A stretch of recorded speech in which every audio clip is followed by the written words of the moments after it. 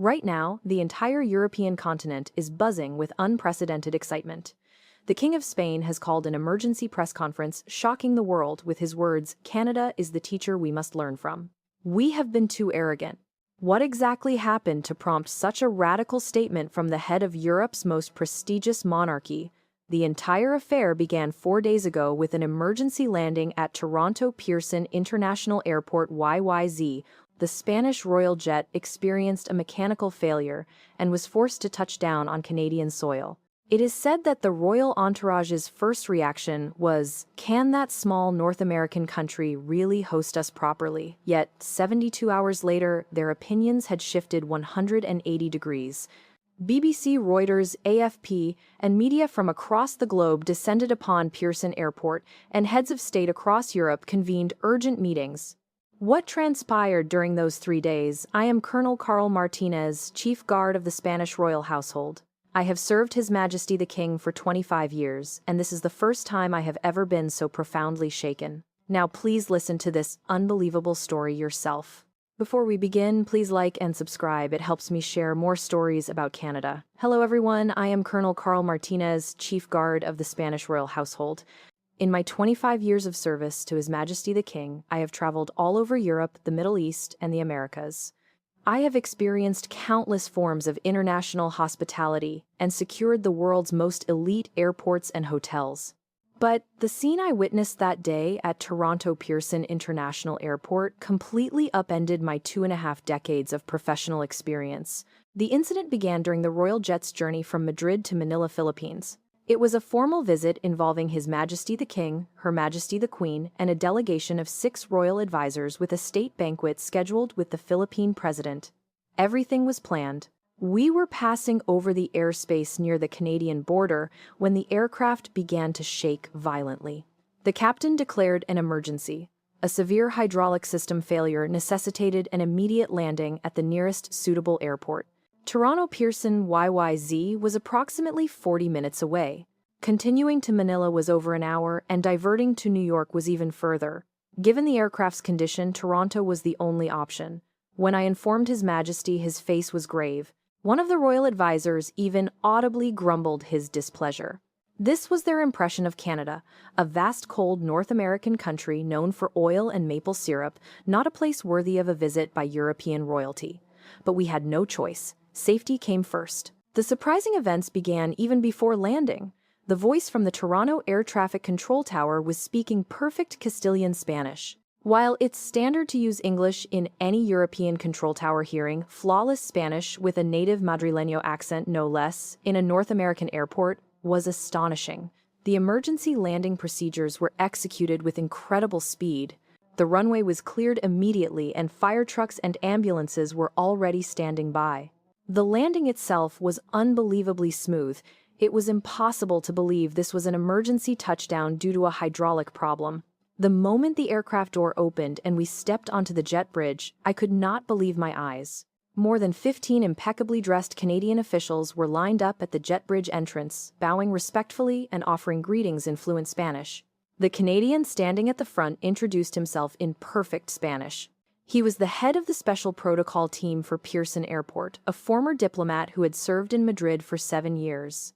His pronunciation was identical to a local Madrileño's, and his use of formal court language was flawless. A luxurious wheelchair engraved with the Spanish royal crest had been prepared for His Majesty.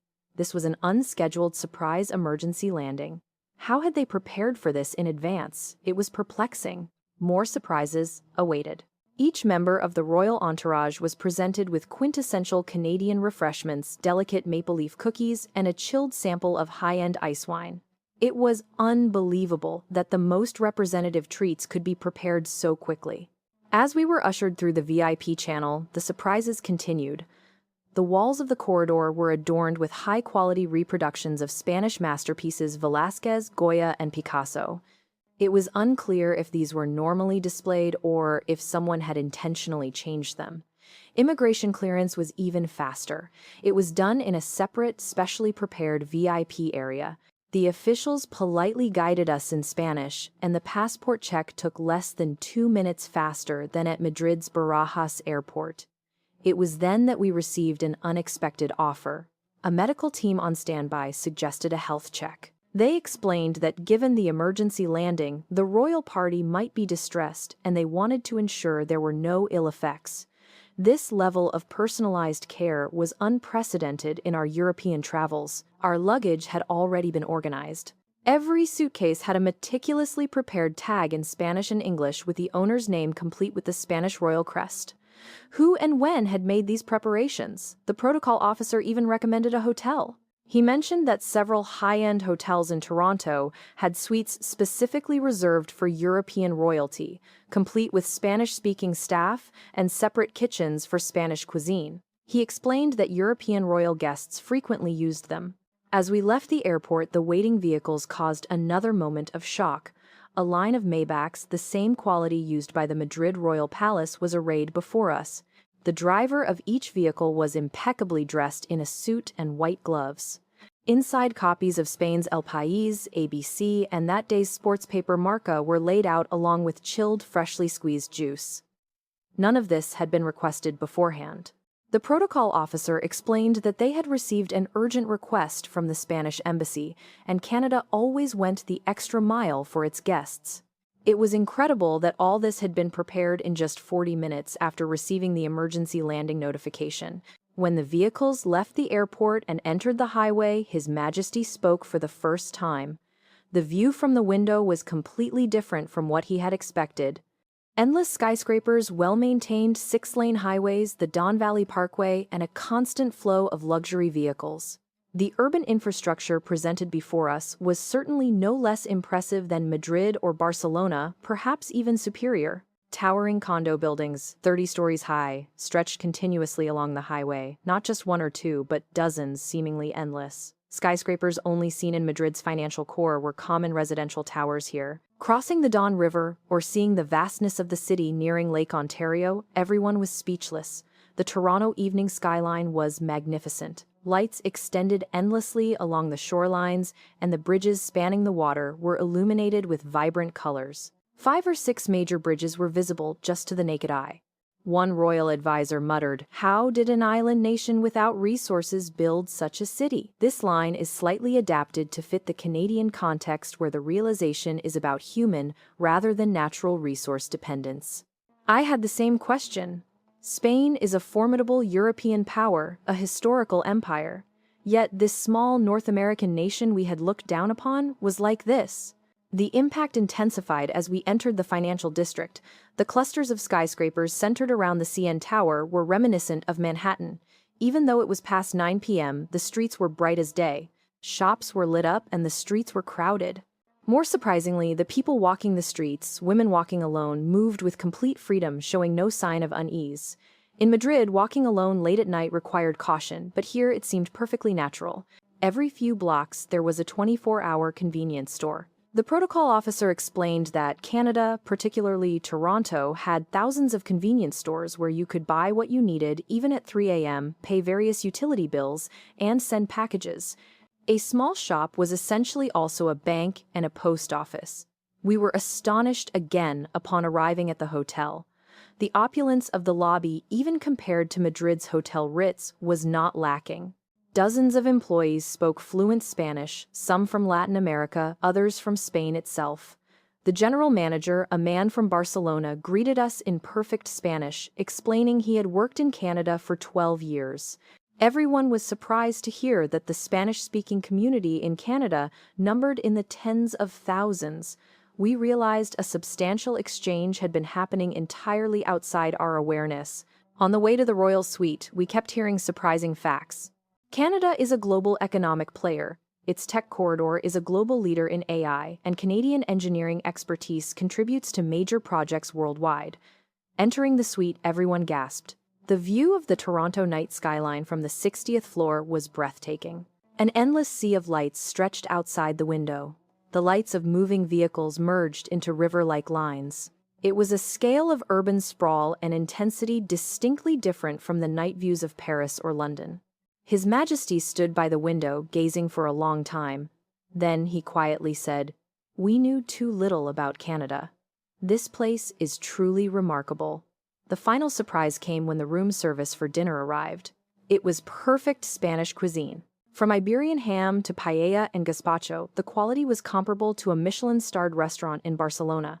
The chef came out to explain that he was from Seville and had been working in Canada for 15 years. That night, I tossed and turned, unable to sleep. Everything I had witnessed in just a few hours, the flawless airport response, the Spanish-speaking staff, the astonishing urban infrastructure, and most importantly, the meticulous attention to guests, kept replaying in my mind. In 25 years of traveling the world and receiving countless forms of hospitality, this was a first, and this was only the beginning. The next morning, having breakfast in the hotel restaurant, we could see the rush of commuters outside. It was 7 a.m. and the streets were already bustling. Professionals in suits hurried toward the subway stations. Students rushed to school with heavy backpacks. One royal advisor watching the scene remarked, "Those people look like they've been active since dawn." The general manager explained that most Canadian professionals start their workday before 8 a.m. and students start even earlier. Around 10 a.m., His Majesty expressed a desire to tour Toronto. The original itinerary was a visit to the Philippines, but we were informed the plane repairs would take 2 days, so we were obliged to stay. We visited a major downtown hub near the CN Tower.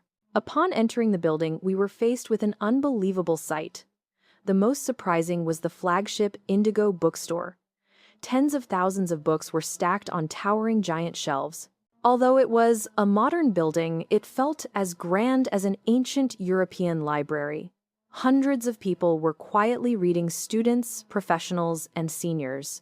His Majesty watched the scene for a long time, the focused expressions of the readers, the quiet yet dynamic atmosphere. He said he had never witnessed such a scene in any library in Madrid.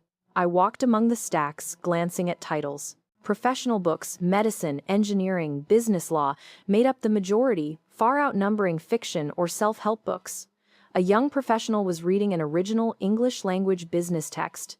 A young man who looked like a university student was studying a book on urban design, typing notes on his laptop. The guide explained that Canada had a very strong reading culture, with a high per capita annual reading rate, particularly for professional and self-development books. Lunch was at a modern Canadian restaurant with a Michelin star. The establishment prepared a special menu for the royal party. Course after course of modern interpretations of traditional Canadian dishes were served. The first dish was an exquisitely sophisticated take on bison tenderloin with indigenous sourced ingredients. It was more refined and complex than anything we had experienced. The head chef, who personally came out to explain, said he had graduated from a famous culinary school in Paris, but was drawn to the artistry of Canadian cuisine and had settled here. He explained that Canadian cuisine was an art of diverse ingredients and global fusion, often taking hours of preparation. During lunch, the street scene outside provided another surprise. Although it was lunchtime, the streets outside the restaurant were hectic. Professionals quickly finished their meals and hurried back to their offices. Delivery drivers on scooters zipped by non-stop. We even saw a robot making a delivery. One royal advisor asked, "What is that robot?" The guide replied that it was a delivery robot recently commercialized and now seen throughout Toronto. It moved autonomously on the sidewalk, recognizing traffic lights and avoiding pedestrians. In the afternoon, we toured the Mars Discovery District, Toronto's major innovation hub. High-rise buildings were harmoniously arranged with parks and cultural facilities. Massive glass buildings sparkled in the sunlight, and every building bore the name of a world-class company. The guide explained that this area was Canada's technology epicenter, densely populated with IT and AI companies. Tens of thousands of engineers worked here. In the plaza, in front of one building, young people were gathered exhibiting something.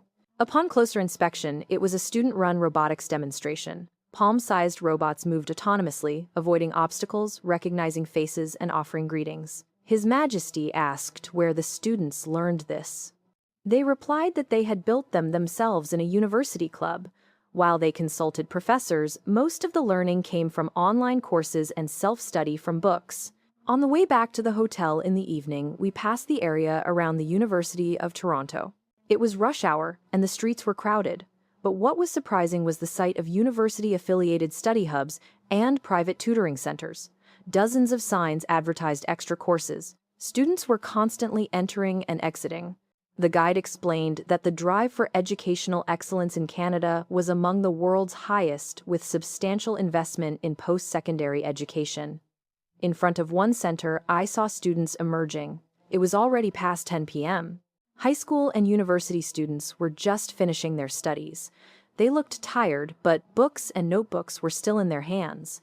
That evening, His Majesty and the royal advisors gathered in the suite to discuss the day's events. Everyone reached the same conclusion: the strength of this nation lay in its education and human capital. Even without relying solely on natural resources, by cultivating talent they had developed to this extent.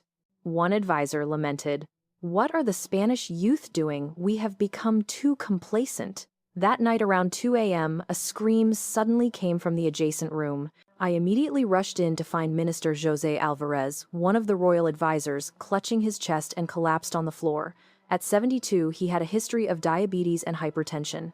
His face was pale, he was covered in a cold sweat, and he was struggling to breathe, a textbook myocardial infarction. I immediately contacted the hotel front desk and requested an ambulance. The unbelievable happened in less than 3 minutes. Hotel staff and 4 paramedics arrived in the suite. The hotel itself was equipped with emergency medical facilities and had a direct link to a nearby hospital. The paramedics' movements were orderly. They immediately attached a portable ECG machine and placed an oxygen mask. A woman who appeared to be the team leader pulled out a tablet and connected it somewhere. A doctor appeared on the screen, introducing himself as a professor from the Emergency Medicine Department at Toronto General Hospital (TGH). He was instantly reviewing the ECG data. He diagnosed a suspected acute myocardial infarction and ordered immediate transport to the hospital. I felt frantic and insisted on consulting with the Spanish royal physician, but the paramedic was decisive.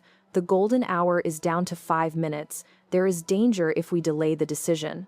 His Majesty made the decision. "Trust the Canadian hospital," he said. I believe the events of the last day had influenced his judgment. The rescue team lifted the patient onto a stretcher and established an IV line in less than a minute. An elevator was already waiting. Outside the hotel, a state-of-the-art ambulance was waiting. The interior of the ambulance was like a miniature intensive care unit equipped with every medical device.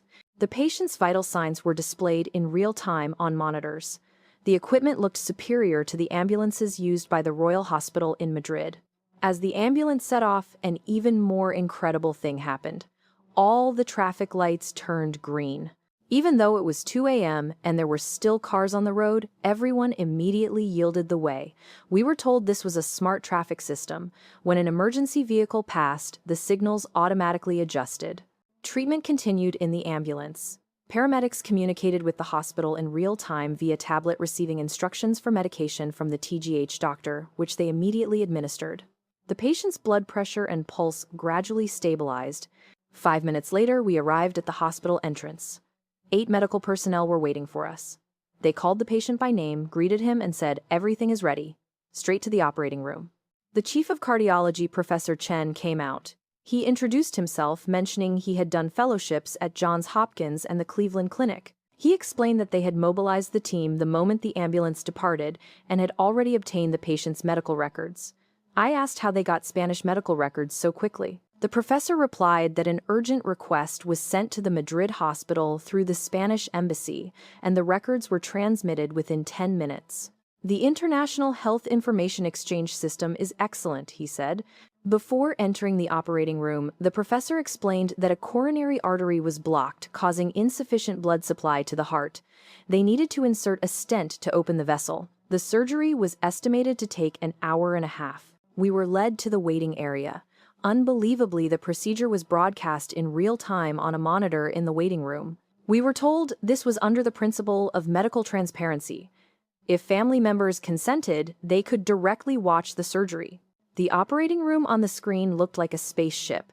6 giant displays covered the walls. Robotic arms suspended from the ceiling moved precisely.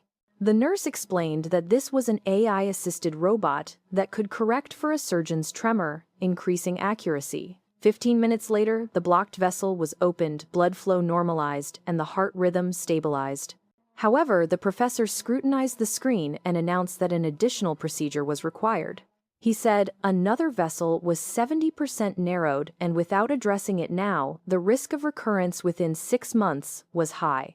The additional procedure was completed precisely in 15 minutes. The total surgery time was 1 hour and 40 minutes. When the patient emerged from the operating room, an incredible thing happened. The fully conscious patient was smiling. The professor explained that since the surgery was performed through the wrist, recovery was fast. He would be able to walk in 6 hours. In Spain, such a procedure would require at least 2 days of hospitalization, but here he was expected to be discharged in 2 days. The cost was also shocking. Approximately $10,000 CAD Canadian dollars. This would cost at least $200 0 inches Madrid. Another surprise awaited us on the way to the patient's room. Robots were moving up and down the hallway, transporting medication and medical equipment. Screens on the walls displayed the real-time status of every patient. It was a system that allowed the nursing station to monitor all patients at a glance. The intensive care unit room was cleaner and more spacious than a hotel suite. One entire wall was a floor-to-ceiling window offering a sweeping view of the Toronto night skyline. Though various medical devices were by the bed, the design was modern, not clinical. The most astonishing feature was a hologram projection from the ceiling. The patient's heart floated in 3D space, showing a vivid, real-time image of the beating organ. We were told that AI monitored the heart 24/7, and any abnormal signs would immediately notify the medical team. A dedicated nurse was assigned to us. Surprisingly, she spoke fluent Spanish. She introduced herself as a graduate of the University of Toronto nursing program, having come to Canada from Latin America to study because of the excellent healthcare system. She displayed the patient's 24-hour care plan on a tablet detailing medication, rehabilitation, and diet schedules for every time slot. It even used 3D animation to explain the effects and side effects of the drugs and the exercise routines. She handed us a small device, a wearable ECG monitor, which when worn like a watch would monitor the heart 24 hours a day, sending data in real time to the medical team and even to the royal physician in Spain. The next morning, the consultation began. Not one doctor, but over 10 medical professionals gathered, professors from cardiology, endocrinology, rehabilitation medicine, nutrition, and mental health. They explained this was a multi-specialty integrated consultation where specialists from multiple departments jointly examined the patient. The professors took turns examining the patient. Their method was unique. Instead of a stethoscope, they used a portable ultrasound device to instantly confirm the condition of the heart and other organs. The images immediately appeared on a tablet which the professors reviewed and discussed together. The endocrinology professor displayed the patient's glucose graph, detailing the blood sugar changes overnight. He noted that blood sugar spiked slightly at 3 a.m. but was automatically regulated back to normal by the insulin pump. Continuous glucose monitoring was linked to the insulin pump and managed by AI. The rehabilitation professor recommended starting cardiac rehabilitation today. It was a customized exercise plan using virtual reality equipment. The patient's 3D avatar appeared on the screen, demonstrating the exercise and explaining the correct posture. The nutrition professor revealed something even more surprising. They had analyzed the patient's genes. A blood sample collected immediately upon arrival at the emergency room yesterday had been analyzed. She explained that the patient had a slow metabolism and therefore a customized low-sodium diet menu had been prepared. The mental health professor also weighed in, stating that depression might occur after heart surgery and that an AI counseling program would be offered available in Spanish. After the consultation, I asked the chief of cardiology if all patients received this level of care. The professor replied that this was the standard of care at this hospital, even for patients covered by the public healthcare system. Lunch arrived, and I was shocked again. It was Spanish cuisine, low-sodium paella, and fish dishes. The taste was excellent.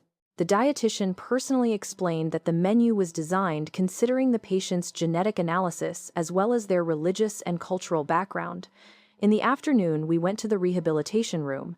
The spacious room, like a gymnasium, contained various exercise equipment, all connected to a sophisticated monitoring system. As the patient exercised, heart rate and blood pressure were monitored in real time. Surprisingly, an elderly man who had undergone heart surgery 3 days earlier was walking on a treadmill. The scar on his chest was still visible. The rehabilitation therapist explained that Canada emphasized early rehabilitation. The sooner patients became active, the faster the recovery. The custom-designed virtual reality rehabilitation plan began for the patient. Wearing a headset, a beautiful beach appeared before his eyes. He could hear the sound of the waves and feel a cool breeze. He started walking slowly in the virtual world. Although he was physically stepping in place, it felt like a walk along the ocean. The therapist watching the monitor explained that the heart rate was within the appropriate range and the intensity was just right. The AI automatically adjusted the plan based on the patient's condition. In the evening, the results of the precise genetic analysis were ready. We moved to a conference room. The walls were covered with genetic maps. The doctor explained that the patient had a specific genetic mutation, making his risk of cardiovascular disease higher than the average person. However, a preventative plan could reduce the risk by 70%. We also received a customized prescription tailored to the patient's genetic makeup. He said that regular checkups every 3 months would prevent recurrence. That night, the patient remarked from his room that to receive this level of treatment in Madrid, he would have to wait at least 6 months. But here, everything was completed in a single day. On the third day, the patient had recovered completely and was ready for discharge. Even the doctors were surprised, saying the recovery rate was much faster than expected. In the final checkup before discharge, all his numbers were normal. His heart function was even better than before the surgery. We were surprised again when receiving the discharge documents. We were handed a USB drive containing the entire process from surgery to hospitalization and rehabilitation. Not only the surgery video, but also all test results and future management plans were meticulously organized and provided with a Spanish translation. Before leaving the hospital, His Majesty specifically sought out the Chief of Cardiology to express his gratitude. They had a long conversation in the professor's office. His Majesty inquired about the Canadian healthcare system and how it had developed to this level. The professor replied that 30 years ago Canadian healthcare was playing catch-up, but through investment in education, technology development, and system reform, they reached this point. He said the most important factor was the patient-centric philosophy. His Majesty quietly said Spain should also learn. I want to study the Canadian healthcare system. We decided to explore more of Toronto with the recovered patient. Being healthy enough to walk was a blessing in itself. We visited the harborfront and waterfront trail recommended by the hospital. The bike path along Lake Ontario was well maintained and stretched for dozens of kilometers. Since it was a weekend, many families were out. People were sitting on picnic blankets, enjoying the leisure time cycling and running along the water. Surprisingly, even at 10 p.m., the area was still crowded. Women were jogging alone, young couples were strolling. There was no sign of unease, even late at night. The guide explained that the waterfront was open 24 hours a day and was very safe with bright lights everywhere and frequent police patrols. He attributed this to Canada's extremely low crime rate. The amenities along the trail were also excellent clean restrooms, water fountains, and bike rental stations, all showing careful consideration for public use. We stood on a bridge, gazing at the Toronto night skyline. The lights of the shorelines extended endlessly. The skyline of skyscrapers, the illuminated bridges, and the constant flow of car lights, it was a city full of life. His Majesty quietly said, I heard this nation has few resources. How did they build a city like this? The guide replied. People are the resource. We reached this point through investment in education and technology development. We moved to an area known as the Kensington Market Area, a multicultural hub. Even late at night, the streets were still vibrant. Restaurants from all over the world were brightly lit and people of various ethnicities freely mingled. We stumbled into a Spanish restaurant.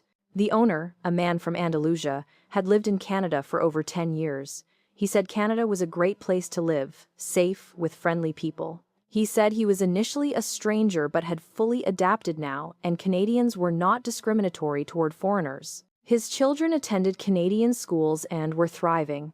Walking down the street, we saw a mosque. The mere fact of having a mosque in Toronto was a surprise. The guide explained that Canada guaranteed freedom of religion and various faiths coexisted. We entered a convenience store. Even at 11 p.m., customers were constantly coming in, students, professionals, and seniors of all ages. Some bought necessities. Others paid utility bills, and still others sent packages. A small shop played multiple roles. The cashier, a university student who looked to be in her early 22nd, was checking out customers. I asked her if working late was difficult. She replied that she was earning money for her tuition. She studied during the day and worked at night, having to pay for her own education. On the way back to the hotel, His Majesty said, "The youth of this country are forging their own futures." He remarked that no one commanded them, yet they studied and worked on their own initiative. Back in the suite, I looked out the window. It was past midnight, but Toronto was still awake. The lights of the buildings, the cars speeding on the streets, the bright lights of the convenience stores, it was a 24-hour city. We held a final meeting with the royal advisors to summarize the 3 days experience. The impeccable airport service, the advanced healthcare system, the safe streets, and the hardworking people, everything was deeply impressive. One advisor said, "We knew too little about Canada. Now we understand why the world pays attention to this country." Another agreed, saying Spain had much to learn. His Majesty stated his resolve. He said that upon returning to Madrid tomorrow, he would immediately initiate reform. He said he would study the Canadian healthcare system, learn their approach to education, and build a safer society. That night, I could not sleep for a long time. The past 3 days flashed before my eyes. It was an unexpected journey that began with an emergency landing, but it was the most rewarding time of our lives. The next morning was the day to return to Madrid on the repaired royal jet. As we left the hotel, the staff lined up to send us off. Though only 3 days, their meticulous care was unforgettable. In the car to Pearson Airport, His Majesty said, "These 3 days have been the most valuable time in my life." He said, "The misfortune of the emergency landing had turned into a blessing." Upon arriving at the airport, the protocol team reappeared, the same team that had greeted us 3 days earlier. The protocol officer said, "Safe travels and please visit Canada again." After checking in, we walked toward the departure gate. The service was impeccable until the very last moment. All the staff were polite and the procedures were swift, more efficient than any European airport. Before boarding, His Majesty paused and looked back briefly at the skyline visible beyond the airport terminal. He quietly lowered his head and bowed in gratitude. The jet took off. Outside the window, the land of Canada gradually receded. Pearson Airport, the high-rise buildings, the vastness of Lake Ontario, and the endless urban sprawl. The sights that had surprised us for 3 days were getting smaller. The cabin was quiet. Everyone seemed lost in their own thoughts. One royal advisor looking out the window muttered, "I want to come back. I want to learn more." The flight to Madrid would take 14 hours. During the long flight, we talked non-stop about our experience in Canada, the perfect airport response, the incredible hospital system, the clean and safe streets. The topic never ended. We especially discussed the healthcare system. The patient who had been saved was the most moved. He recounted that he collapsed at 2 a.m., the rescue team arrived in 5 minutes, and reached the hospital in another 5. Everything was ready upon arrival. The surgery was perfect, and the cost was shocking. He said the same treatment in Madrid would cost at least €100,000, but in Canada, it was less than €10,000, and the quality was better. His Majesty said that Spain's healthcare system must be reformed and they must learn from Canada's methods. He said they would start with the emergency response system and increase overall efficiency. Education was also discussed. Students studying until 10 p.m. university students paying their own tuition. The drive of the Canadian youth was deeply impressive. An advisor said Canada's strength comes from education. Because they had no natural resources, they cultivated human capital. That is what created the Canada of today. Spain must invest more in education. We arrived at Madrid Airport at 3 p.m. local time. Hundreds of reporters were waiting. The King's experience in Canada had already been reported by European media. An emergency press conference was held on the spot. His Majesty personally stated that he had a valuable experience in Canada and learned a great deal. He said he was particularly impressed by the healthcare system and the diligent spirit of the people. A reporter asked, "Is Canada really that advanced?" His Majesty replied, "It's hard to believe without seeing it with your own eyes, but it is the truth." He said the healthcare system alone was on par with Europe's best. Another reporter asked what specific changes were planned. His Majesty replied that he would immediately consult with the Ministry of Health to study the Canadian healthcare system and hoped to invite Canadian experts if possible. After the press conference, we returned to the Royal Palace. Although we had only been gone for 3 days, it felt somewhat unfamiliar. Everything we saw in Canada kept flashing in my mind. That night, His Majesty and the royal advisors held a long meeting discussing how to apply the lessons learned in Canada to Spain. The conclusion was that every area, healthcare, education, safety, and efficiency, needed improvement. A week later, His Majesty delivered a national address, frankly sharing the experience of his Canada visit. He said, "We have much to learn. We must learn with humility." The speech caused a huge reaction in Spanish society. It was unprecedented for the king to praise another country so openly, but many citizens agreed. Everyone knew that reform was necessary. The Ministry of Health immediately took action, forming a Canadian healthcare system research team and deciding to send experts to Canada. The Royal Hospital in Madrid decided to pilot the introduction of the Canadian-style emergency response system. The Ministry of Education also began preparing a reform plan, announcing they would study Canada's educational approach, particularly strengthening science and technology education. 1 month later, the Spanish government formally announced that it would pursue comprehensive cooperation with Canada, expanding exchanges in healthcare, education, and technology. I can never forget those 3 days. It was an unexpected journey that began with an emergency landing, but it was the most rewarding time of our lives. Canada proved that, even without vast natural resources, by cultivating human capital, a nation can build greatness. Education, technology, and constant effort created this miracle. That emergency landing was not a misfortune, it was a blessing. It was an opportunity for us to recognize the great country of Canada.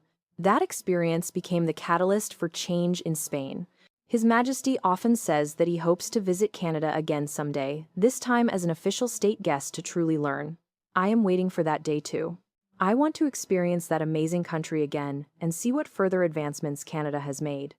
This is my 3-day story, a miraculous time created by an emergency landing. The valuable lesson Canada taught us. I will never forget any of it. That's all for today's story. What do you think of the story of the Spanish king moved by the Canadian healthcare system due to an emergency landing who then promoted Canada to all of Europe? Please leave messages of encouragement for the main character. This was a story conveyed to you by The Moving Station. If you enjoyed it, please like and subscribe. Thank you for watching.